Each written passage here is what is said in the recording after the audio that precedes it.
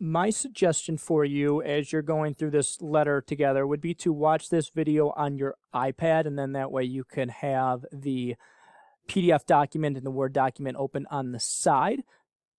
If you do not have your iPad, you're welcome to kind of split screen and maybe keep this open in the background, make Word a little bit bigger. I'm going to do the same thing. I'm just going to squeeze this down just so we see a little bit more of our document here. So I'm just going to go through step 1 through kind of 8. 9's just an extra step into writing a letter here. We're going to write a letter to Santa Claus. So first things first, it says to set a 2-inch top margin and a 1-inch left and right margin. We can do that one of two ways. The first way to do that would be just to click on our ruler. Now you guys can see on my document that my ruler is not visible. If you're at your computer that you've been at all year, your ruler is going to be on there. If you cannot find your ruler, go up to the View tab, and then under Show, you have the option to show hide your ruler.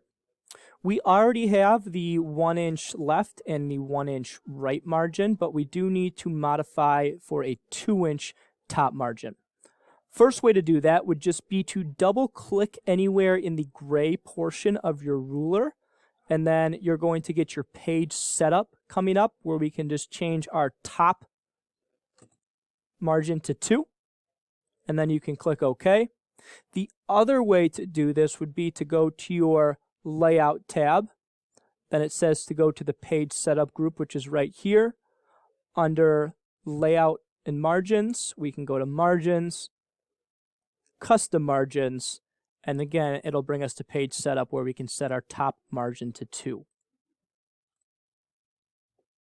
Okay, so what's really the main purpose of setting this 2-inch top margin? Well, if you guys think back to the beginning of the semester and when we were in Word Module 3, we did a project that looked like this, and up on the top we were writing this business letter for Sunset State College, but we had to leave room for the letterhead.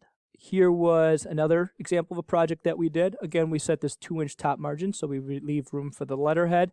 Here's an example of a letterhead that you might see from Hoffman Estates High School. Really, it just has the address, the district, Mr. Author's name, Dr. Small, our superintendent's name, along with some other relevant information. So really, that's the purpose of us creating that 2-inch top margin. That's why we do it, but we're not really going to modify anything with that while we are writing our letters.